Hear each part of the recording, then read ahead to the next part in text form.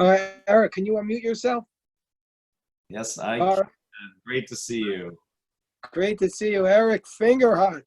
We have Maharat Friedman and also Harris Cohen. And all It's right, so been too long, welcome, too long. Eric. Where are we finding you now? Where are you? I'm on 16th Street in the basement. I don't think I've left this our basement here other than to take a walk in the yard or something for 6-7 weeks. So it's just Yeah. morning till night down here. But Well, You must be on meetings all day. thank God that look, we're fortunate. We have enough rooms that Amy can work in one place and Sam can work in one place and Charlie can work in one place, and we stay out of each other's hair, but we meet for meals. So that's our strategy around here. well, I certainly miss you, Eric, and I look forward to the day where we can embrace again. And I certainly miss you and miss davening with you and praying with you. So Thank you for having the backdrop of the synagogue, so it makes me feel that I'm there. It's great, I know you feel the same way. Like to be able to look out the window and see it and not go is very strange thing. Very strange thing. yeah, it's very hard, but also there are some beautiful moments, and that's what we could segue. First of all, before Eric, what exactly is your title? You're the president of the Jewish Federations of North America. Is that the proper title? I'm the president and CEO, of the Jewish Federation. Sure. Yeah, and so we're honored that you're with us. And I was going to segue by saying, first of all, it's being recorded, and we hope to share this with our community so people can learn. And there's so many, obviously, very, very serious things. People are dying, people are losing their jobs, and this is a time of extraordinary distress for our country, for our city, for our world. It causes so much pain. But without minimizing that, and we pray passionately that this should come to an end soon and quickly. At the same time, there are some beautiful things going on, and that there's this just coming together of people wanting to help and make a difference in the world and help other people. There's this feeling in the air of goodness, of people wanting to do good. And so we wanted to talk to you and ask, first of all, what you're doing to help and what we can do to help you in your holy mission. I know you're working day and night for the Jewish community. We're honored to know you. And so please help us learn how we can help. Thank you, Rabbi, and Maharat, Ruth, and Harris. Thank you for inviting me to do this. And it is a humbling moment because as I'm sure that anybody who would watch this would realize, it's such a unique situation for the Jewish people in that we've been through crises in recent years where one part of our people in one place was impacted. And so we were able to all mobilize through our normal channels, have our meetings, have our convenings, have our, fundraisers, whatever, to help a community in need. So, whether it was Pittsburgh just, a year and a half ago, or think about the big moments in Jewish history, in modern Jewish history, bringing the Soviet Jews, out from behind the Iron Curtain, to Israel, or helping Israel through, the Intifada and reestablish normalcy and calm and have people go back in big numbers. And, these were things that were huge challenges, but we tackled them because we were all able to get out and, and do our thing and focus on that group that was in need, or that location was in need. Never before have we had something like this that has literally impacted every single piece of the Jewish community. So it is humbling, and it is, and it is a daunting prospect. I will say that, one of the things that we Jews are known for is, we have lots of different organizations and lots of different, ways of helping. If you don't like exactly the way one organization is helping, well, start your own organization. So we have this, huge alphabet soup, we jokingly call it, of Jewish organizations. And, I've always thought that's a strength of our community, right? Because it shows that people are passionate about something, and the most effective help often comes from people who are passionate. But there's also drawbacks to it, right? Which is we're so fragmented, and we have we have so many different leaders and so many different boards and so many different. So I want to say that the first most important thing that has happened, I believe, is that we've all just been working together, right? It's the organizational barriers have been dropping. People just know that this is a time for collective action. If one group is better positioned to address a particular need, then they should take the lead. And if another group is better addressed, then they should take the lead. And I want to give you two examples of that. So one is that we mounted a website called JewishTogether.org, JewishTogether.org, which is powered by JFNA in the sense that we are running it, and but it's really belongs to the Jewish community. And it was through that website that we got out the information about the government loan program, which is, this PPP, Paycheck Protection Program, which was, something that would benefit synagogues and human services agencies and shelters and our, even the small businesses in our community, the little, the restaurants and the, bookstores and, and teacher. I mean, many of our teachers are independent contractors, and schools are independent. So we used that vehicle, and every organization was invited to participate. Everybody came equally. We never said, do you belong? Are you a federation? Are you a day school? I mean, and we had tens of thousands of people, who used it. And as a result, in 2 weeks' time, we mobilized enough knowledge. We catalyzed enough knowledge and volunteer help. We mobilized volunteers who manned a hotline to help. They were trained on the program to help others. And we don't know the exact number, but we believe that probably just over $500 million ended up coming into thousands of Jewish organizations, and in just a couple of weeks. And so it's that ability to mobilize, just say, forget it, mobilize together. And another second example is, and then I'll follow up with me, is the we did a Yom HaTz, we helped sponsor a Yom HaTzmaut celebration online yesterday. I hope some of you were able to see part of it. It's still online if you haven't seen it. But we said, the world needs to celebrate. It's the Jews need to celebrate all around the world. And instead of every, there were a number of great programs, but instead of every organization doing their own thing, we had a global platform, the Jewish Federations of North America, Karen Hayesod, which effectively is our counterpart in every other country of the world. They do the fundraising for Israel and communal needs outside of North America. The Jewish National Fund, the Israel American Council. I mean, we all just said, let's do this together. And as a result, we had a wonderful, celebration and platform that literally stretched across the whole globe and involved so many people. So I think that's the main point for me is, there's lots of good organizations out there. If you're connected to a particular one and you resonate to their mission, or their people, you should support them. But there's also a collective effort that is rising up to say, make sure that we know what the needs of the community are, and that we're all pivoting as we need to support those needs. We just we're worried about the stability of Jewish communities in Europe. Italy was hard hit, Spain was hard hit,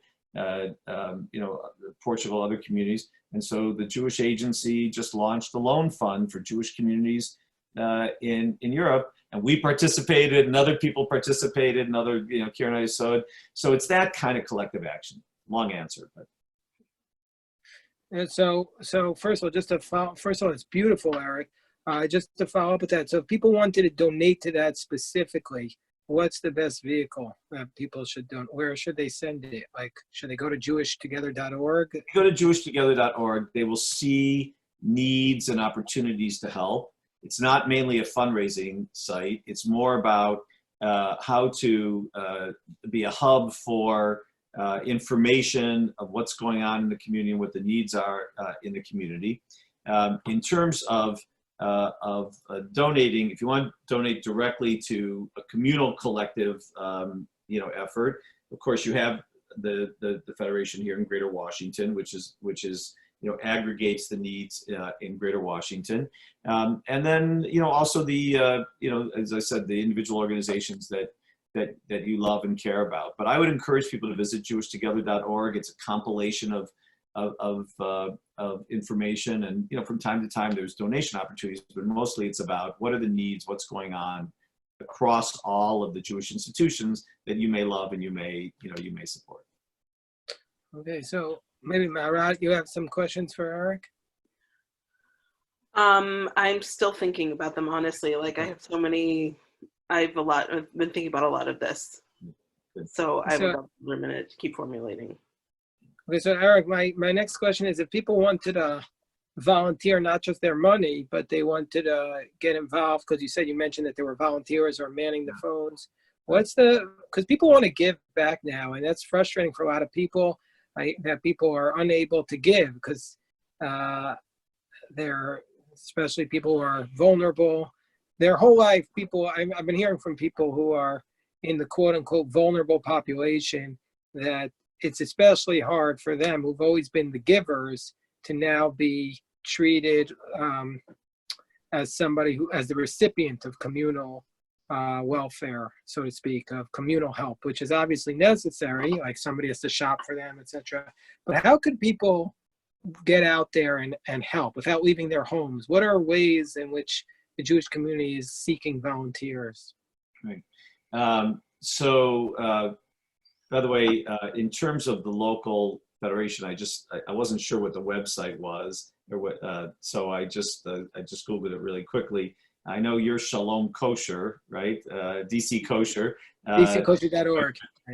.org, and so there's shalomdc.org, www.shalomdc.org, in terms of giving to the collective that would then be given out to the emergency needs across Washington, shalomdc.org, and also volunteering locally if you're looking for local volunteer needs. On the net, on the online or other volunteer needs nationally, again, jewishtogether.org would be a great place to start. We're trying to be as specific as we can be about what the needs are, and those needs change from day to day. So, the example I gave about the loan funds, I mean, we needed accountants and we needed lawyers and we needed business people who knew how to put together a loan application, because most nonprofit organizations and small certainly synagogues and others had never gone through that process, don't know how to talk, don't have a banking relationship with the way a business person has a line of credit and those kinds of things. So we recruited dozens and dozens of volunteers there and trained them, and then as calls came in on the hotline, we routed those calls to people who've been trained as experts. So that as those needs are identified, that's where we're going to be, posting those things. And of course, other organizations have other opportunities too. The alphabet soup hasn't completely gone away. I'll tell you what a rising need is, Rabbi, that you're going to be hearing more and more about, and that is that with the great likelihood that that many summer programs are going to be canceled. For sure, sleepaway camps are going to be delayed. Even if they open, we don't know if they'll open at all. But I would say the odds that they're going to open on time as scheduled is very, very low. Day camps, even Camp Kibbutz. I don't know what you've analyzed yet, but the the thinking about this is evolving day by day. But in any event, we have many, many students. Look, I've got a high school student and a college, and two high school, one who's in high school and the school's closed, another one, who would have been in Israel on his high school in Israel, but is home, and so there's so many of our young people who would normally use their summers either for learning or for travel or for, experience, getting internship, type experience, building their resumes, building their experience. And it's a major, both challenge, but opportunity for us to think about how to create meaningful opportunities for our young people to continue to learn and grow Jewishly, but learn and grow in their maturity and in their, and in their needs. So that's an issue you're going to be hearing lots more about in the coming, in the coming days and weeks. Service programs that are being created and learning programs. Of course, many of the synagogues and youth groups have put programs online, but it has to be a good quality, really, designed well to keep the interest of a 18-year-old or a 16-year-old, to keep them moving forward and participating. So it's gonna be this came up because of the question about volunteers. There's going to be a huge need, I believe, for for adults to help create these opportunities and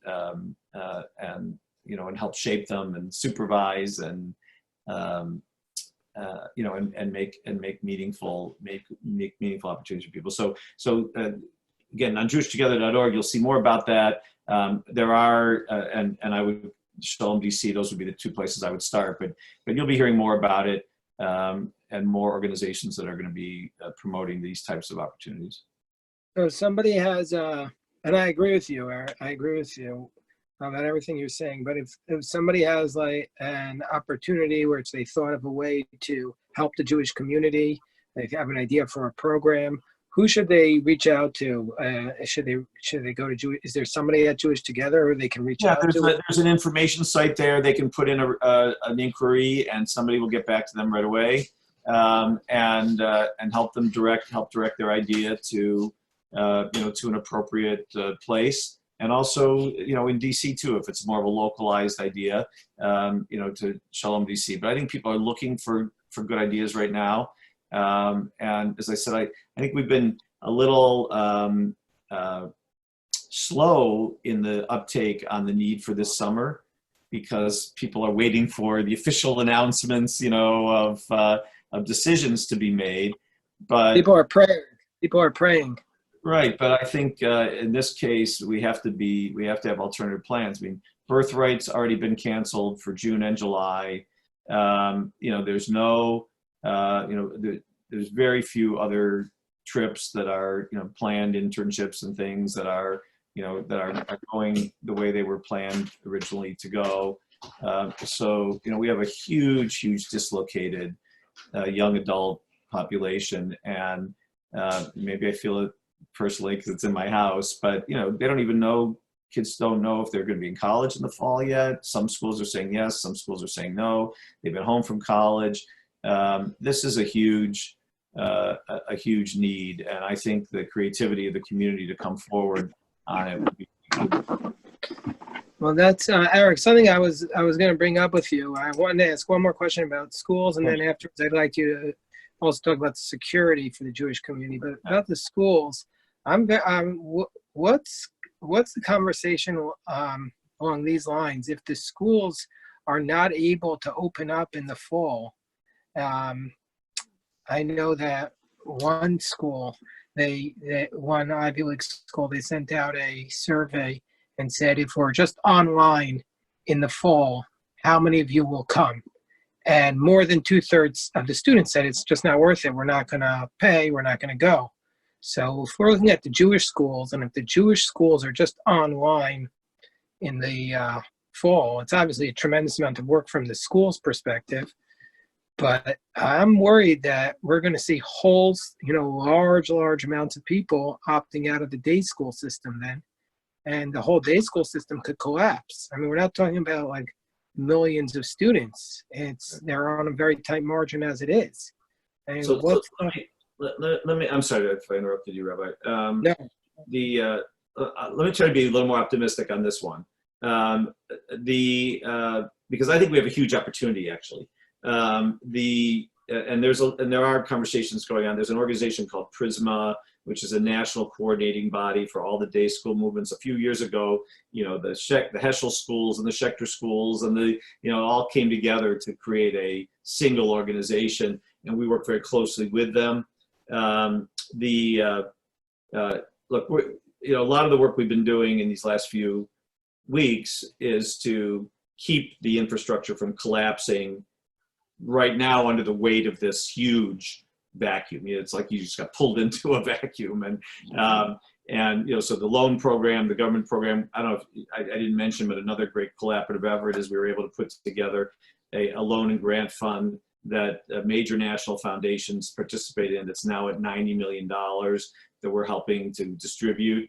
And by the way, one of the wonderful foundations that's part of that is the Aviv Foundation, which is the Law for Family in our shul.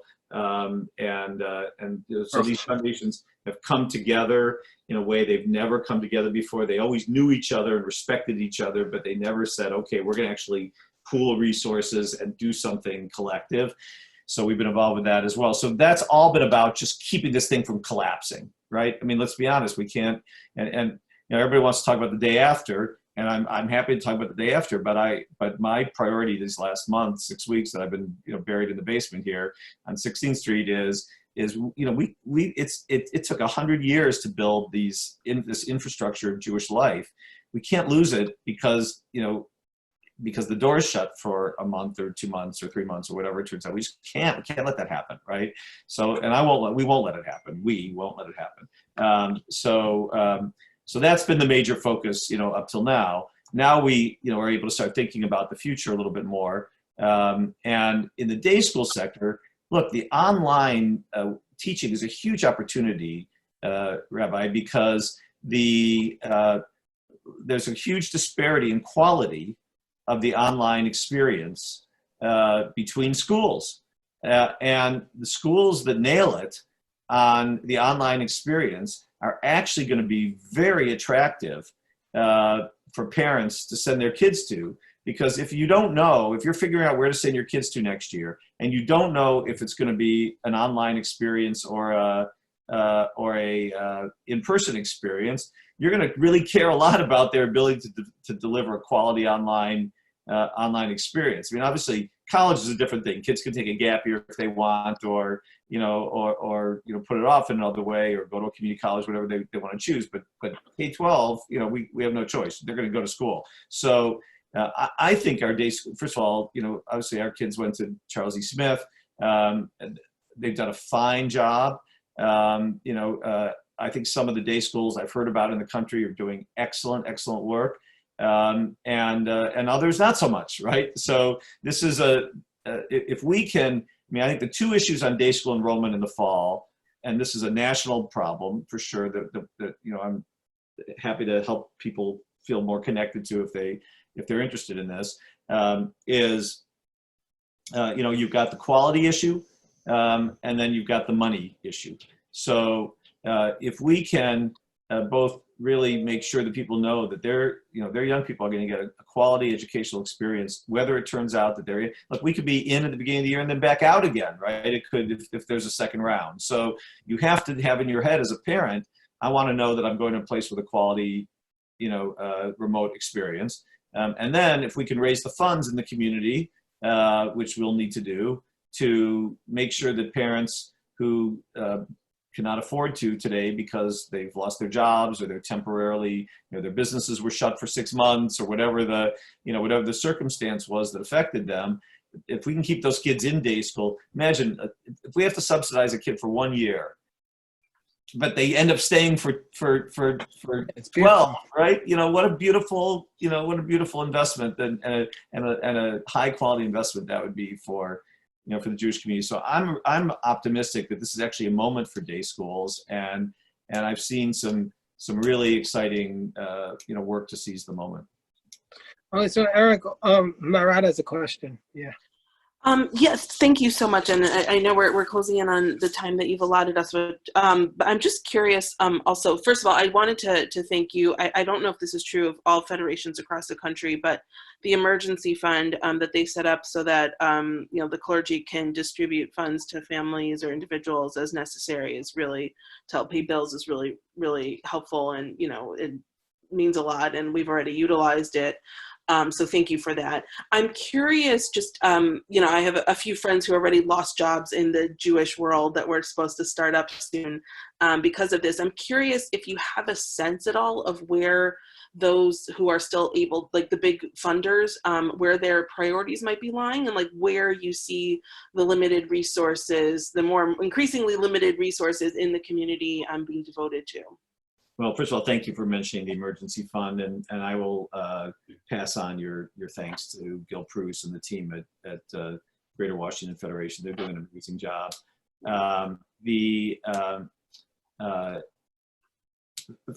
First of all, a big part of the effort of just keeping these organizations from collapsing is to keep as many people employed as possible.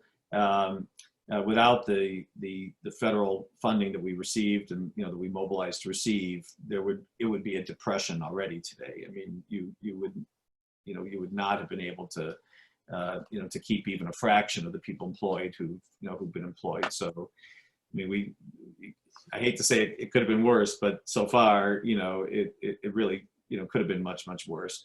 But nevertheless, there's going to be retrenchment, and we're going to be in a period where, in good times, new programs are added, new things are created, that in times like this, no longer seem as essential as some of the chesed work, and some, you have to really ramp up the work that we do to support people. So I think there's going to be both some retrenchment, meaning there's going to be some people just who aren't going to get their jobs back.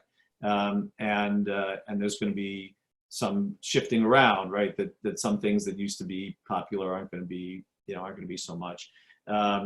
So I think, and by the way, this is not just in the Jewish professional world; it's in the broader economy too. I think our synagogue is going to have many people who are going to be heavily impacted long term by the economic dislocation. The slightly good news, I don't know if you call it that, is we did have some experience with this in 2008 when the private economy, the real estate crisis. And so there's a lot of good knowledge about Jewish vocational services and how to help people. I mean, people don't want to be on unemployment, but actually, unemployment is generous now and it should be utilized and should not be viewed as an embarrassment. Unemployment is insurance. We've been paying into it, just like Social Security, to be there for a moment like this. We should encourage people to not feel like, they should be embarrassed to seek out this help. We should help them do it, and we're going to do that. In your local community, the local Jewish Family Service and vocational are going to help people to do that. And similar to how we mobilize people to help get these loans, we're going to mobilize people to help know the rules of how to do this. And then we're going to, have to help people, identify new places and new, new approaches. But so keep them working as much as we can. If not, make sure they take advantage of the programs that are available out there, and without embarrassment, and with real assistance to make it as easy an experience as possible. And then we're going to have to help people with future job prospects. All right, Eric, before we let you go, can you just give us 1 minute, one more minute, Eric? I'm going to try, but I've got some people waiting. No, all right, Eric, we're going to let you go. Right. We thank you so much, and God should bless you with your holy work. Thank you, Eric. Thank you. It's great to see you all. Thank you, guys. All right.